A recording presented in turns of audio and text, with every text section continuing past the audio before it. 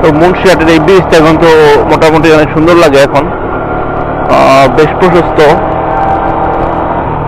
এই রোডে অবশ্য মানে বাংলা বাজার পর্যন্ত অনেকগুলি ব্রিজের কাজ কত বছর দেখছি চলতেছে। তো গত পাল্লা আমরা চট্টমরিয়া ব্রিজ দিচ্ছি, সেই ভিডিওটা আমরা আপলোড করি নাই। তো চট্টমরিয়া ব্রিজ পর্যন্ত দেখলাম আরো 3 থেকে 4টা ব্রিজের। এই রুটের অন্যতম একটা ব্রিজ হলো এটা। এখানে খুব হেভি লোড গাড়িগুলি যায়। তো এই ব্রিজটাও ভেঙে ফেলা হবে। আর পাশে দেখতে পাচ্ছি কি সুন্দর, খুব মজবুত করে বেশ প্রশস্ত করে একটা ব্রিজ তৈরি করা হচ্ছে। এই ব্রিজটাও ভেঙে ফেলবে। এই যে দেখতে পাচ্ছেন এখানেও একটা ছোটখাটো ব্রিজের কাজ হয়েছে, কিন্তু কাজ বন্ধ আছে এখন কাজ বন্ধ আছে। আসলে এই ব্রিজটা দিয়ে কিভাবে যাবে, ব্রিজটা দিয়ে কি এমন একটা অবস্থা এখন দিয়ে কেউ বলবে যে এই টিনের ঘরের জন্য এত বড় একটা ব্রিজ তৈরি করা হয়েছে, কিন্তু না, এই টিনের ঘরের জন্য না, এটাই এই মূল সড়কের জন্যই করা হয়েছে। এই যে এখানে আরো একটা ব্রিজের কাজ চলতেছে। এগুলি কিন্তু খুব বেশ প্রশস্ত এবং মানে মজবুত করে করা হচ্ছে।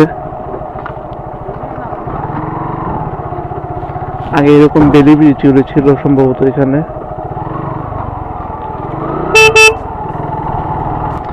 এইটা হলো এই এলাকার অন্যতম একটা ব্রিজ।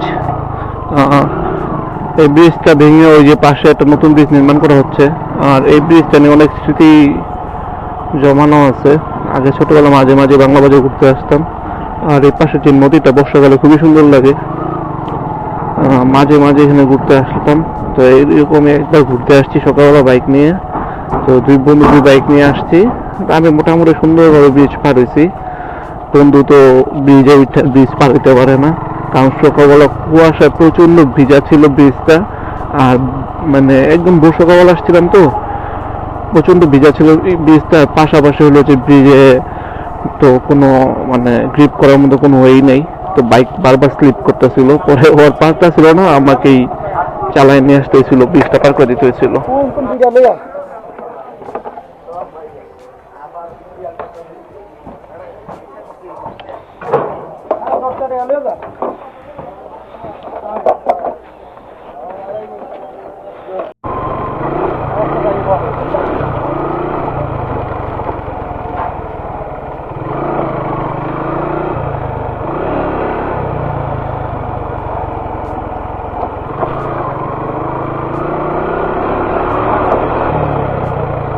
এটাকে 6 নম্বর না 7 নম্বর ব্রিজ ছিল। যাই হোক, বাংলাদেশে শুধু সহজে আরো একটা ব্রিজ,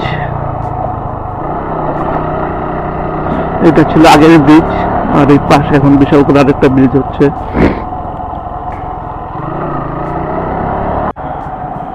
এই যে আরো একটা ব্রিজ নির্মাণ হচ্ছে।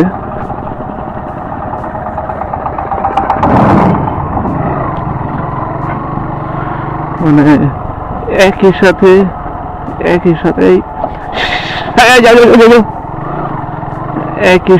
আপনি মানে একটা রোডে